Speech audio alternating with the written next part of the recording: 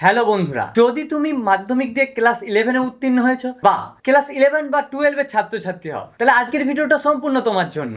আজকে আমি তোমাদের সাথে কথা বলবো নতুন ক্লাস 11-এর সেমিস্টার সিস্টেমে তোমরা কিভাবে পড়াশোনা করবে এবং ব্যাক বেঞ্চার থেকে টপার হওয়ার সম্পূর্ণ গাইড দেবো। এবং যারা পিছিয়ে পড়া ছাত্র আছো তারা কিভাবে তোমাদের সমস্ত এক্সাম ক্লিয়ার করবে। আমি সুশোভন, তোমরা দেখছো সুশোভন পাত্র এডুকেশন। এই জাতীয় এডুকেশনাল ভিডিও লেটেস্ট আপডেট পাওয়ার জন্য আমার চ্যানেলটিকে সাবস্ক্রাইব করো ও পাশে থাকা বেল আইকনটি দাবি অল করে দাও, যাতে একটা ভিডিও না মিস হয়। প্রথমত তোমার দিকে বলবো, ক্লাস 11 তোমাদের কেন কঠিন মনে হয়।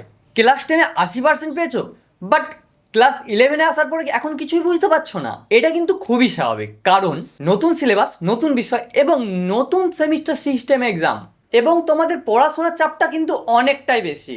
কিন্তু একটা কথা সব সময় মনে রাখবে, সিলেবাস কিন্তু কখনোই কঠিন নয়, শুধুমাত্র তোমাদের পড়াশোনার পদ্ধতিটাই কঠিন। কয়েকটা রুলস ফলো করলে কিন্তু তুমি টপার হয়ে উঠতে পারো। প্রত্যেক দিন অন্তত 2 থেকে 3 ঘন্টা নিয়মিত পড়াশোনা করো। একদিন 10 ঘন্টা পড়ে কিন্তু 3 দিন ছুটি নিলে একদমই হবে না। প্রত্যেক দিন ক্লাসে যেগুলি পড়ানো হয় সেগুলি রিভিশন করো এবং প্রত্যেক রবিবার পুরো সপ্তাহে যেটা পড়েছো সেটা রিভিশন করার চেষ্টা করো। এবার আমি তোমার দিকে বলবো সেই গোপন কথাটি, যেটাতে তোমরা ব্যাক বেঞ্চার থেকে টপার হয়ে উঠতে পারো। এটা তোমরা যদি ভাবো যে খুব কঠিন, কিন্তু এটা কঠিন নয়, খুব সহজে তোমরা কিন্তু ব্যাক বেঞ্চার থেকে টপার হয়ে উঠতে পারো। ফার্স্ট অফ অল তোমার দিকে প্রত্যেক দিন পড়াশোনা করতে হবে, মোবাইল কম ইউজ করতে হবে, নিজেকেই নোট তৈরি করতে হবে। তোমাদের মনে যেই ডাউটগুলি থাকবে সেইগুলো তোমরা ইন্টারনেটের মাধ্যমে সঙ্গে সঙ্গেই ক্লিয়ার করে নিতে পারো।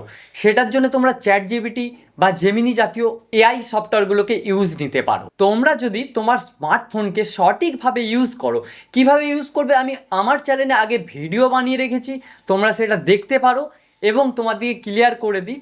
তোমরা যদি স্মার্টফোন ইউজ করে যেই টাইমে তোমরা রিলস দেখো তার কিছুটা টাইম তোমরা সেভ করে তোমাদের ওই প্রশ্নগুলো তোমাদের ইন্টারনেটে জিজ্ঞেস করতে পারো বা কোয়েশ্চেন করে দেখতে পারো চ্যাট জিপিটিকে, তাদের কাছ থেকে কী আনসার পাচ্ছ। তোমরা মনে রাখার জন্য এটা করতে পারো। তোমরা এটাকে বলতে পারো, ধরো তুমি কোনো একটা প্রশ্ন বুঝতে পারছো না, চ্যাট জিপিটিকে লিখো এবং বলো এটাকে ফানি ওয়েতে আমাকে বুঝিয়ে দাও। দেখবে তার উত্তরটা তোমার খুব সহজে মনে থাকবে।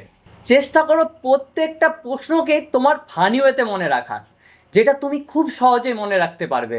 এবার তোমাদের মনের একটা বড় প্রশ্ন ক্লিয়ার করবো, তোমরা কম পড়ে কিভাবে বেশি নাম্বার তুলবে। প্রথমত তোমাদের গুরুত্বপূর্ণ চ্যাপ্টারগুলো আগে তোমরা শেষ করে ফেলো। শুধু পড়বে না, লিখেও প্র্যাকটিস করো এবং তোমাদের বইয়ে যে কঠিন ভাষায় লেখা রয়েছে ওইগুলোকে সহজ করে নিজের ভাষায় উত্তর তৈরি করো।